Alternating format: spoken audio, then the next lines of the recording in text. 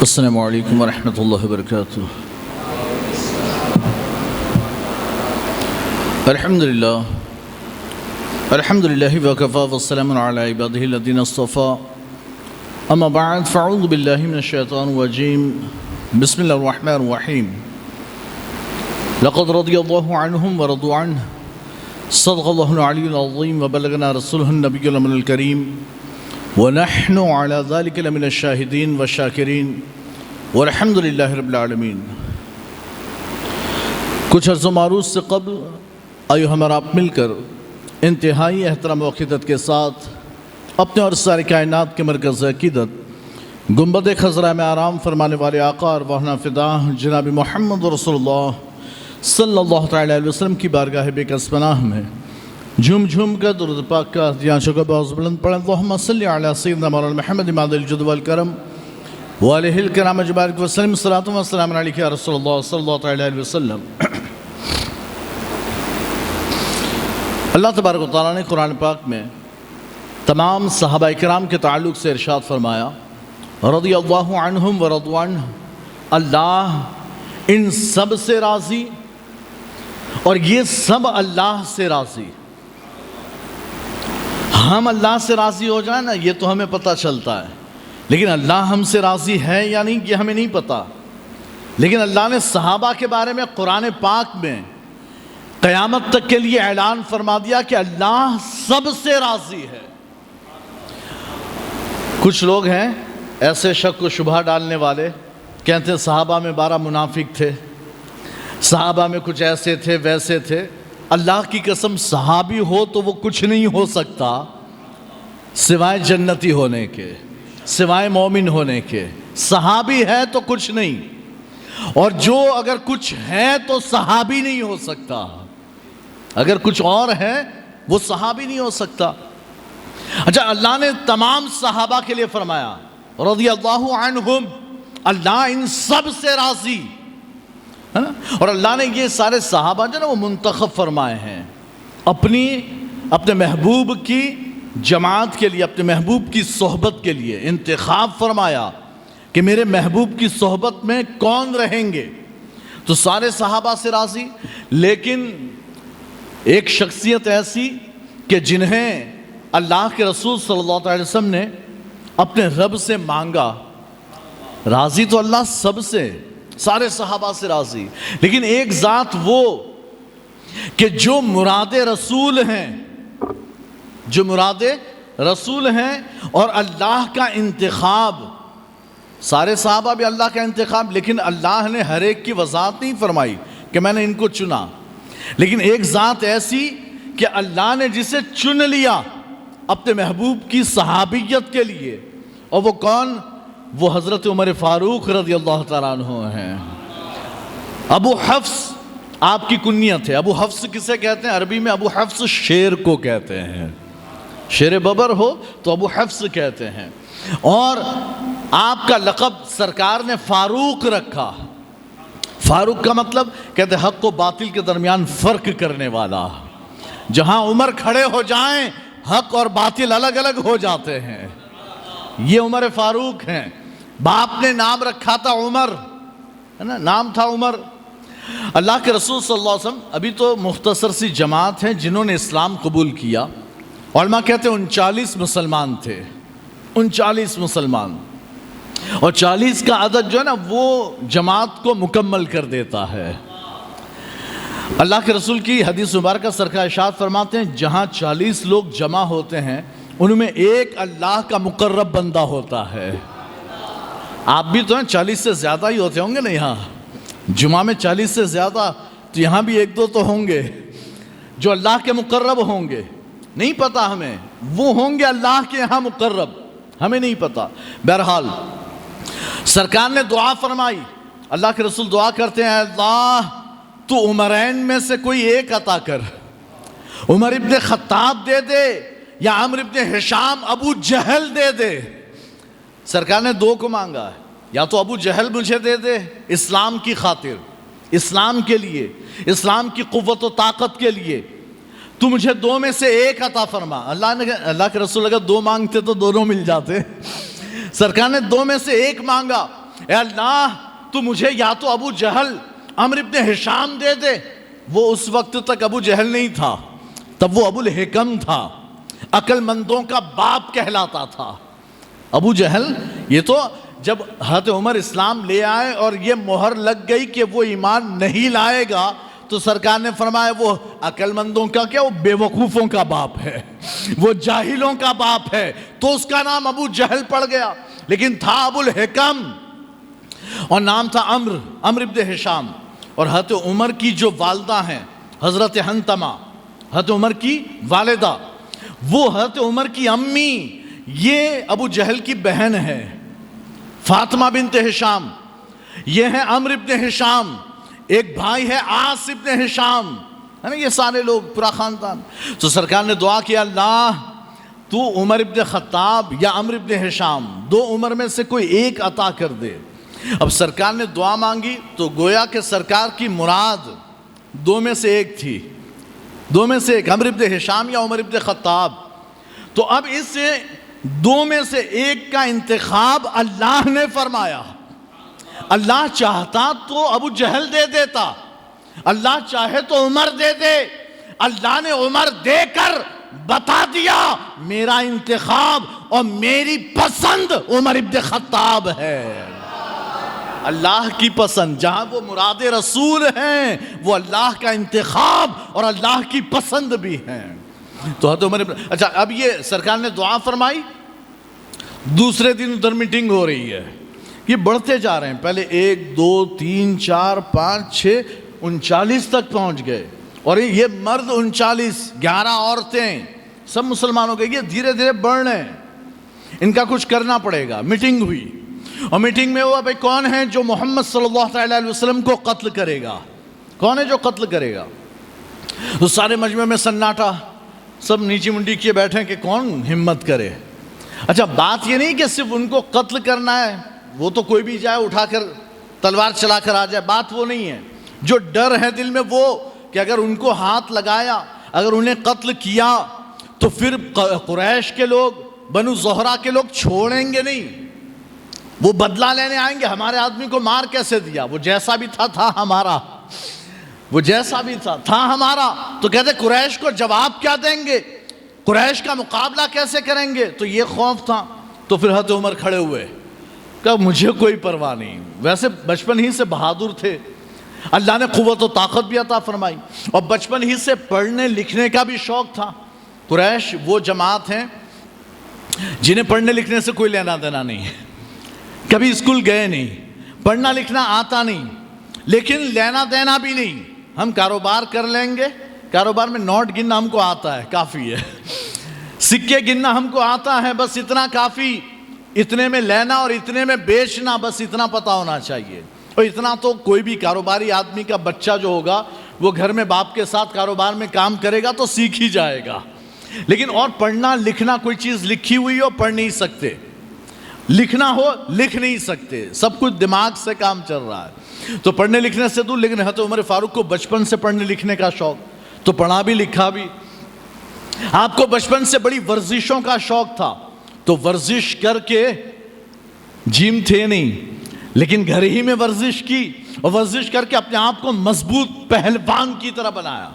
اکھاڑے میں پہلوانی بھی کرتے تھے, گھوڑ سواری بھی سیکھ گئے, تیر اندازی بھی سیکھی, تلوار چلانا بھی سیکھا. سارے کام جوان ہوئے نا تب تک تو ایسی ہائٹ, باڈی ایک دم بالکل پہلوان, جیسے ایسے چل کر آتا ہو ایسے پہلوان کی طرح چل کر آتے. ہائٹ بھی ایسی تھی کہ ہزاروں لوگ کھڑے ہوں, عمر بیچ میں ہو تو سب میں نمایاں نظر آئے. اتنی ہائٹ تھی, اتنی ہائٹ. اور حضرت عمر فاروق کو ہے نا گھوڑے پر بیٹھنے کے لیے کسی چیز کی ضرورت نہیں پڑتی, ڈائریکٹ پیر سے چڑھ کر بیٹھ جاتے تھے, کودتے اور کود کر گھوڑے پر بیٹھ جاتے. اتنی لمبی ہائٹ, اور ہائٹ کے ساتھ ساتھ باڈی بلڈنگ بھی ہے, باڈی بھی ہے. تو زبردست شخصیت ہے نا. اب وہ حضرت عمر نے کہا کہ میں قتل کرنے کے لیے تیار ہوں, میں قتل کروں گا. کہا ٹھیک ہے, اور تم جیسا بہادر ہی چاہیے. انہیں قتل کرنے کے لیے کہا ٹھیک ہے میں چلا. اب یہ چلے راستے میں, اب بڑے جلال میں تھے, تلوار لٹکائے ہوئے, گلے میں تلوار لٹکی ہوئی ہے, اور جا رہے ہیں جلال کے ساتھ. حضرت نعیم ابن عبداللہ راستے میں مل گئے, دیکھا بڑے غصے میں جا رہا ہے عمر. کہا عمر کدھر؟ حضرت عمر کہتے ہیں جا رہا ہوں محمد کی طرف، جا کر قتل کروں گا صلی اللہ علیہ وسلم، قتل کرنے جا رہا ہوں۔ نعیم بن عبداللہ کہتے ہیں کیا بات کرتے ہو، تم نے کبھی سوچا ہے قریش اور بنو زہرہ تمہیں چھوڑیں گے نہیں اگر تم نے انہیں قتل کر دیا؟ مجھے کوئی پرواہ نہیں، میں سب سے نپٹ لوں گا، مجھے کسی کی کوئی پرواہ نہیں۔ تو نعیم بن عبداللہ نے دوسری چال چلی، آپ فرماتے ہیں اچھا تو یہ تو بتا، تو چلا ادھر قتل کرنے، تیرے گھر کا حال دیکھا، تیری بہن فاطمہ بنت خطاب وہ بھی مسلمان ہو گئی، تیرے بہنوئی بھی مسلمان ہو گئے، حضرت سعید ابن زید رضی اللہ تعالیٰ عنہ عشرہ مبشرہ میں سے کیا دونوں مسلمان ہو گئے؟ کیسا اور غصہ بڑھا، تو ادھر جانے کے بجائے ادھر نکل گئے کہ پہلے گھر والوں کی خبر لوں پھر دیکھتا ہوں ادھر، ہے نا۔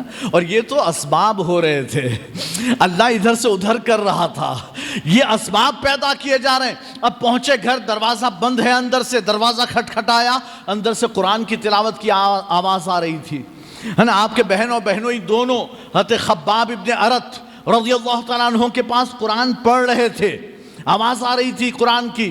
اب جیسے عمر کی آواز کھولو دروازہ، ٹھوک رہے ہو، کھولو بہن کھولو دروازہ، سمجھ گئے کہ عمر جلال میں ہے، قرآن چھپا دیا۔ جو خباب تھے وہ بھی چھپ گئے اور قرآن بھی چھپا دیا گیا۔ بہن نے دروازہ کھولا، مارا دھکا بہن کو، سعید ابن زید کی داڑھی پکڑ لی، بہنوئی کی داڑھی پکڑی اور پکڑ کر گھونسا مار رہے، کہہ رہے کیا کر رہے تھے ابھی؟ کہ ہم کچھ نہیں کر رہے تھے۔ نہیں، میں نے آواز سنی ہے کسی کی، تم کچھ پڑھ رہے تھے، کہو میں نے سنا تم نے دین بدل دیا، اپنے باپ دادا کا دین چھوڑ کر تم نے نیا دین اختیار کر لیا۔ تو اب ان کی بہن سے نہیں رہا گیا، سمجھ گئی کہ پتہ چل گیا ہے، پول کھل گئی ہے۔ تو ان کی بہن نے کہا ہاں اے بھائی چھوڑو ان کی داڑھی چھوڑو، انہیں مارنا بند کرو، ہاں ہم نے اسلام قبول کیا ہے، ہم کلمہ پڑھ کے مسلمان ہوئے، ایک اللہ کی عبادت کرتے ہیں، محمد صلی اللہ علیہ وسلم اللہ کے نبی اور رسول ہیں، ہم مانتے ہیں، ہم نے یہ دین اختیار کیا ہے۔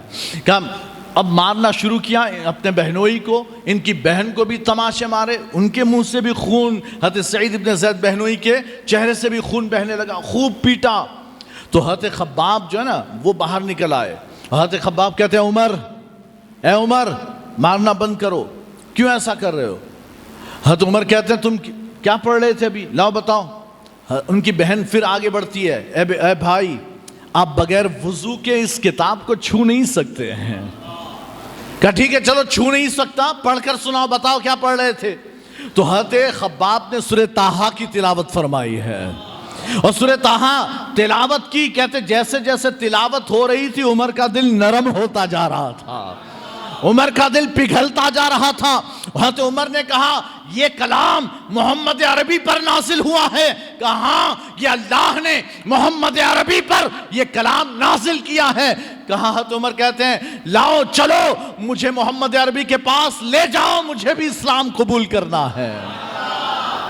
حضرت خباب کہتے ہیں عمر خوشخبری ہو، جانتے ہو کل ہی سرکار نے دعا فرمائی تھی، کل ہی سرکار نے دعا کی تھی، اور اے عمر تم میں سے یا عمرو بن ہشام میں سے کوئی ایک مانگا تھا، اللہ نے تمہارے حق میں اپنے محبوب کی دعا قبول فرما لی ہے۔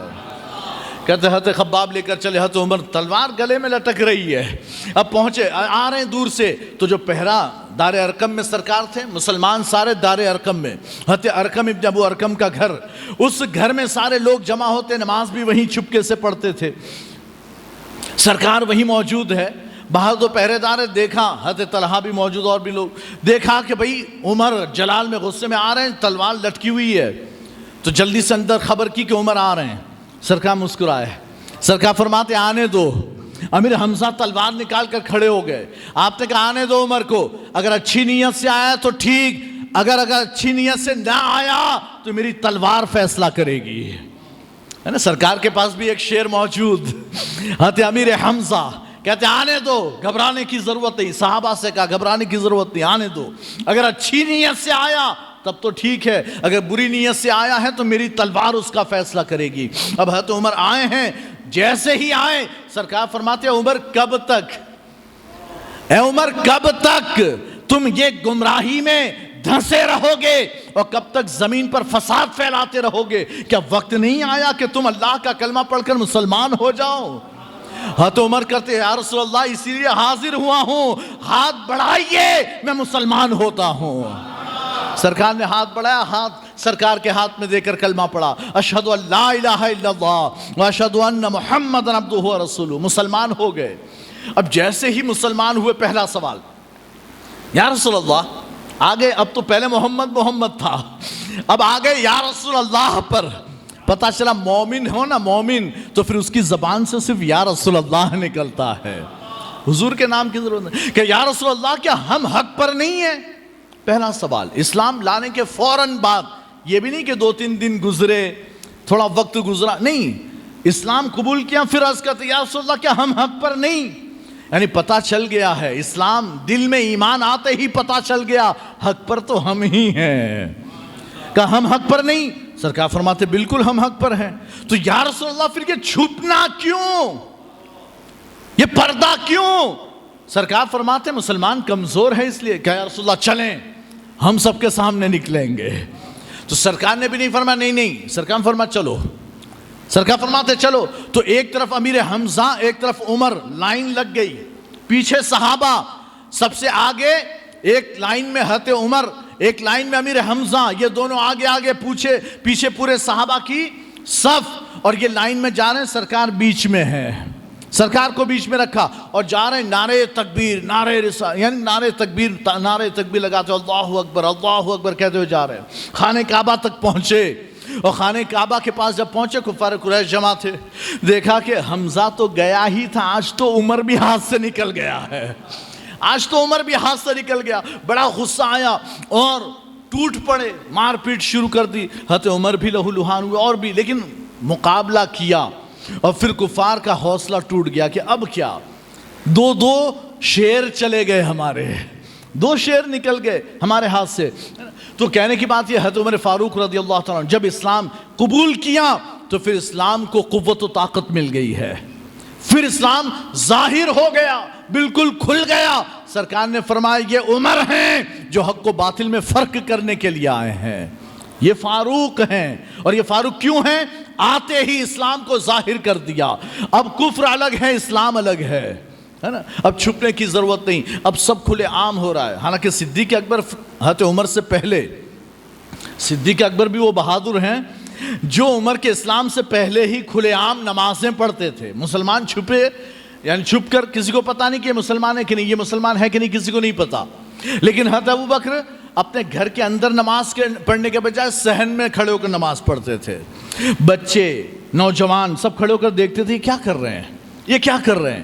تو حضرت ابوبکر بہت مار کھائی لیکن پھر بھی کھلے عام ہی سارے عمل کرتے تھے، اور عمر آ گئے تو عمر کے آنے سے سارے مسلمان کھل گئے ہیں، سارے مسلمان ظاہر ہو گئے کہ اب ڈرنے کی ضرورت نہیں ہے نا۔ بہرحال حضرت عمر آئے، اسلام کو قوت و طاقت حاصل ہوئی، اور پھر اللہ کے رسول کے ساتھ ہمیشہ رہے، اپنی بیٹی بھی سرکار کے نکاح میں دی، سرکار کے نکاح میں دی۔ جانتے ایک بس یہ وقت ختم ہو رہا تو ایک آخری بات بتاؤں، حضرت حفصہ ان کا نکاح جو ہے پہلے خنیس ابن حذافہ نام کے صحابی سے ہوا تھا، یعنی پہلے حالت کفر میں تھے، پھر وہ مسلمان ہو گئے، حضرت خنیس ابن حذافہ۔ حضرت حفصہ وہ بھی مسلمان ہو گئی، عمر کافر ہیں لیکن یہ مسلمان ہو گئے ہیں، ہے نا، بعد میں حضرت عمر بھی مسلمان ہو گئے، لیکن جنگ احد میں حضرت خنیس ابن حذافہ شہید ہو گئے ہجرت کے بعد۔ جب شہید ہو گئے حضرت خنیس ابن حذافہ سہمی رضی اللہ تعالیٰ عنہ، یہ شہید ہوئے تو حضرت عمر کہتے ہیں میری بیٹی بیوہ ہو گئی، میری بیٹی حفصہ بیوہ ہو گئی، تو میں نے سوچا چلو کسی سے تو نکاح کروانا ہے۔ جب عدت گزر گئی تو حضرت عمر کہتے ہیں میں پہنچا حضرت عثمان کے پاس، میں نے عثمان سے کہا تمہیں شادی میں انٹرسٹ ہے، شادی کرنی ہے؟ تو حضرت عثمان کہتے ہیں میں سوچ کر بتاتا ہوں۔ کہتے 1-2 دن گزرے، پھر حضرت عمر آگے کیا ہوا، سوچا، کہا میں نے سوچا لیکن ابھی مجھے شادی نہیں کرنی، ابھی شادی نہیں کرنی ہے، میرا یہ خیال ہے۔ کہا ٹھیک ہے، تو کہتے ابو بکر کے پاس پہنچ گئے اور صدیق اکبر کے پاس جا کر کہتے آپ کو شادی کرنی ہے، میری بیٹی بیوہ ہو گئی ہے، شادی کرنی ہے۔ تو ابو بکر نے کچھ نہیں کہا، چپ۔ عثمان نے تو کہا تھا نا سوچ کا جواب دوں گا، ابو بکر کچھ نہیں کہتے ہیں، بس دیکھ رہے ہیں۔ حضرت عمر کو اندر سے غصہ آ رہا ہے، میں پیغام دے رہا ہوں میں تجھے کرنی ہو تو ہاں بول، نہیں کرنی نہ بول، کچھ تو بول۔ یہ چپ ہیں، خاموش۔ حضرت عمر چلے گئے واپس، دو تین دن گزرے، کچھ دن گزرے کہ پھر سرکار کا پیغام پہنچا عمر کے پاس، اے عمر تیری بیٹی حفصہ سے میں نکاح کرنا چاہتا ہوں۔ کہتے میں نکاح کرنا چاہتا ہوں۔ حضرت عمر خوش، آہا ایسا رشتہ کون سا ہے، ایسا رشتہ کہاں ملے گا، فوراً نکاح کروا دیا۔ جب حضور کی حضرت حفصہ سے شادی ہو گئی تو پھر صدیق اکبر ملے، تو عمر تو ناراض تھے، حضرت عمر ناراض ہے تو ملے، حضرت ابو بکر مسکرا کر کہتے عمر غصے میں ہو، ناراض ہو مجھ سے؟ کہاں بڑا غصہ آیا؟ کہا مجھے پتا ہے تمہیں بڑا غصہ آیا ہوگا، پتا ہے مجھے، لیکن جانتے ہو میں نے کوئی جواب کیوں نہیں دیا؟ حضرت عمر کہتے ہیں یا میں عثمان کے پاس گیا، کم از کم اس نے جواب تو دے دیا کہ بھئی نہیں کرنی، پہلے کہا سوچوں گا، پھر کہا نہیں کرنی، میرا ارادہ نہیں ہے ابھی شادی کرنے کا، تم نے کوئی جواب بھی نہیں دیا، مجھے اس پر بڑا غصہ آیا۔ حضرت ابوبکر صدیق کہتے ہیں اے عمر میں نے اس لیے جواب نہیں دیا، میں نے اللہ کے رسول سے تمہاری بیٹی کا ذکر سنا تھا، میں نے سوچا تھا کہ شاید حضور تمہاری بیٹی سے نکاح کریں گے، میں نے یہ سوچا تھا، ذکر ہوا تھا، میں نے دل میں خیال کیا کہ شاید حضور تمہاری بیٹی سے نکاح کریں گے، تو میں جواب نہ دے سکا کہ اگر میں کہتا کہ حضور کرنے والے ہیں تو حضور کا راز فاش ہو جاتا۔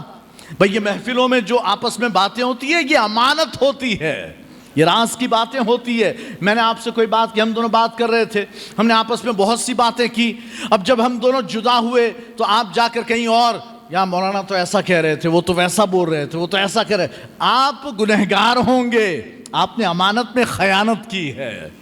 کہتے ہیں میں راز نہیں کھول سکتا تھا تو میں انتظار کر رہا تھا، اگر حضور نہ کرتے تو میں کر لیتا، اگر حضور نہ کرتے تو میں کرتا، لیکن میں نے چونکہ سن رکھا تھا تو میں چپ رہا، اگر کر لیں گے تو ٹھیک، نہیں کریں گے تو پھر میں قبول کر لوں گا، پھر میں کروں گا، لیکن اس لیے اگر کہہ دیتا کہ حضور سے میں نے تذکرہ سنا ہے تو راز فاش ہو جاتا، اور میں نے نہیں چاہا کہ اللہ کے رسول کا راز کھولوں، اس لیے میں خاموش رہا، تو میں نے انتظار کیا، ویٹ اینڈ واچ والی صورت ہے، میں نے انتظار کیا کہ اگر حضور پیغام بھیجتے ہیں، اگر نکاح کرتے ہیں تو ٹھیک ہے، اگر وہ نہیں کریں گے تو پھر میں کروں گا، اس لیے میں نے کوئی جواب نہیں دیا تھا۔ حضرت عمر مسکرا اٹھے، حضرت عمر خوش ہو گئے کہ یہ میرا دوست پکا والا دوست ہے، یہ سچا اور پکا دوست ہے۔